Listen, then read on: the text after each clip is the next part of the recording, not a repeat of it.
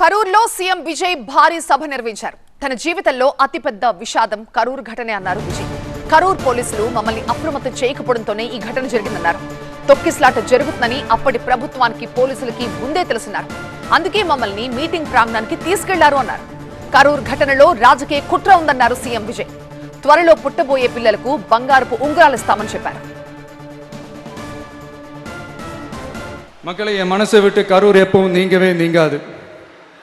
நமக்கு ஏற்பட்ட வேதனையான சம்பவத்தை, நமக்கு எதிராக நடந்த சதிய சூழ்ச்சிய இனி வர்ற ஜென்ரேஷனும் அவங்களுக்கு தெரியப்படுத்தணும்ல. அதுக்காகவே இனி ஒரு அரசியல் சதிய, அரசியல் சூழ்ச்சிய யாரும் யோசிக்கவே கூடாதுன்றதுக்காகவே கரூரில் ஒரு நினைவு சின்னத்தை நம்ம டிவிகே சார்பா அமைக்கப்படும். சீண்டி பார், நான் யார் தெரியுமா, தொட்டு பார், இப்படிலாம் பேசிக்கிட்டு இருந்தா வேலைக்கு ஆகாது.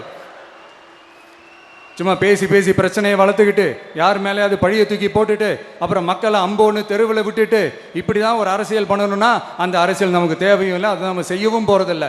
Talk less work more mode தான், அதுதான் நம்ம பாலிசியே.